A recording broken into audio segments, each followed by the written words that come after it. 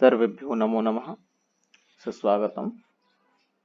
कक्षा 10वीं के लिए सबसे पहले मैं संधि बताना चाहूँगा, क्योंकि संधि आप पहले कक्षा 9वीं में भी पढ़ चुके हैं। स्वर संधि था। हम कक्षा 10वीं में व्यंजन संधि एवं विसर्ग संधि पढ़ेंगे। तो आज हम तुकागम के ऊपर चर्चा करेंगे। क्या है संधि की परिभाषा जान लेते हैं। संधि सम प्लस धी दो शब्दों के योग से बना है, जिसका अर्थ मेल या जोड़ होता है। मतलब जोड़ को ही संधि कहते हैं। दो निकटवर्ती का मतलब है जो दोनों पास पास वाले वर्ण हो।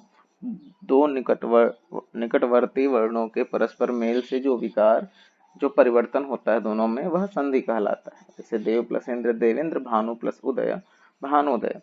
संधि के भेद स्वर संधि, व्यंजन संधि, विसर्ग संधि। स्वर संधि हम कक्षा 9वीं में पढ़ चुके हैं। इस बार हम व्यंजन संधि और विसर्ग संधि पढ़ेंगे। तो यहाँ पे व्यंजन संधि होना चाहिए था, यहाँ मैंने स्वर लिखा है।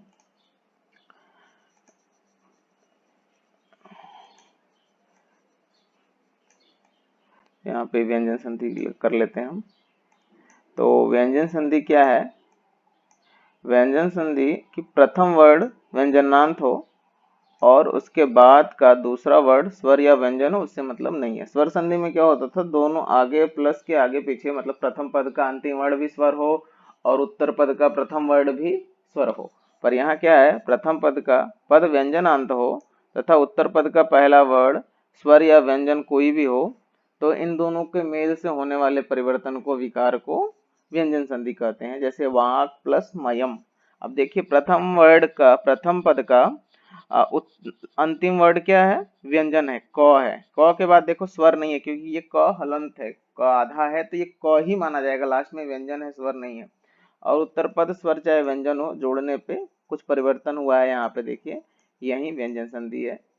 व्यंजन संधि के भेद पर सवर्ण, छत्व, तुकागम, अनुस्वार, प्रथम वर्गीय प्रथम अक्षराणाम तृतीय अक्षरे परिवर्तनम, प्रथम वर्ण से पंचम वर्ण परिवर्तनम, ये है। अब क्या कर सकते हैं, यहाँ पे देखिए, यहाँ पे ये दो मैंने ग्रीन कलर किया है हरे रंग का, और ये चार नीले रंग का। ये चारों आपके सिलेबस में लगा है, ये दो नहीं लगा है।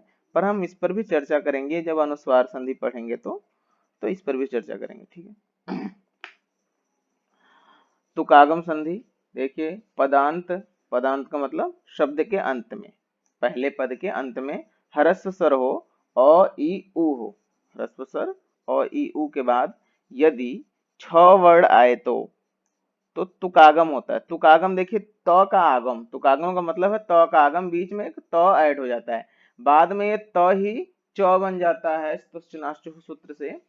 तो त ही च बन जाता है। तो कभी हम त हमें नहीं दिखाई देता, हमें केवल च दिखाई देता है। इसलिए नाम तो इसका तुकागम है, पर त का आगम होता है, पर त कभी बचता नहीं है, बाद में च हो जाता है, क्योंकि आगे छ होने से त च में परिवर्तित हो जाता है। तो इस तरह से चुकागम भी कहें, इसके आपको साधारण भाषा में याद करने की, च लाना है। आगम का मतलब लाना होता है, उत्पन्न करना होता है, और लोप का मतलब गायब करना, छिपा देना।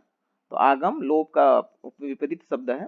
तो यहाँ लाना है, त को लाना है, तो त एक्चुअली च ही बन जाएगा, तो च को लाना है। दूसरे शब्दों में यदि कहें तो बीच में केवल एक च लगा देना है, बस यही है तुकागम संधि। बीच में एक च लगा देना है। देखिए, संधि स्थिति क्या हो सकती है हमारी, पहले तो ह्रस्व स्वर रहेगा, ठीक है, उसके बाद एक हमारा व्यंजन रहेगा। स्वर संधि में दोनों तरफ स्वर का होना जरूरी था। यहाँ किसी एक तरफ व्यंजन है तो हम व्यंजन संधि मान लेंगे, ठीक है। एक तरफ तो स्वर है, दूसरी तरफ व्यंजन है, तो यह व्यंजन संधि है, स्वर संधि नहीं है। तो हमने क्या किया है, इस प्लस वाले जगह पे एक और च को ऐड कर दिया है, बस यही तुकागम संधि है। उदाहरण से और स्पष्ट हो जाएगा। देखिए, ये स्थिति है, अ ई उ छ आए तो अ ई उ च छ, ऐसा हो जाएगा। च बीच में आ गया, देखिए ये वाला च आ गया, ऐड हो गया, बस इसी को ऐड कर दे। अनु प्लस छेद, यहाँ पे छोटा ऊ है, यहाँ पे छ है, बीच में क्या किया हमने, एक च ऐड कर दिया।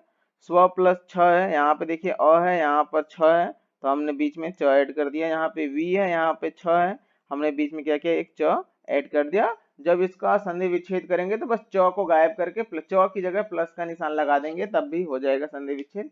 बहुत ही सरल एवं सामान्य सी संधि है, इसमें कुछ भी दुविधा नहीं होना चाहिए, कोई भी संदेह डाउट नहीं होना चाहिए। और देखिए आपके लिए कुछ प्रश्न है।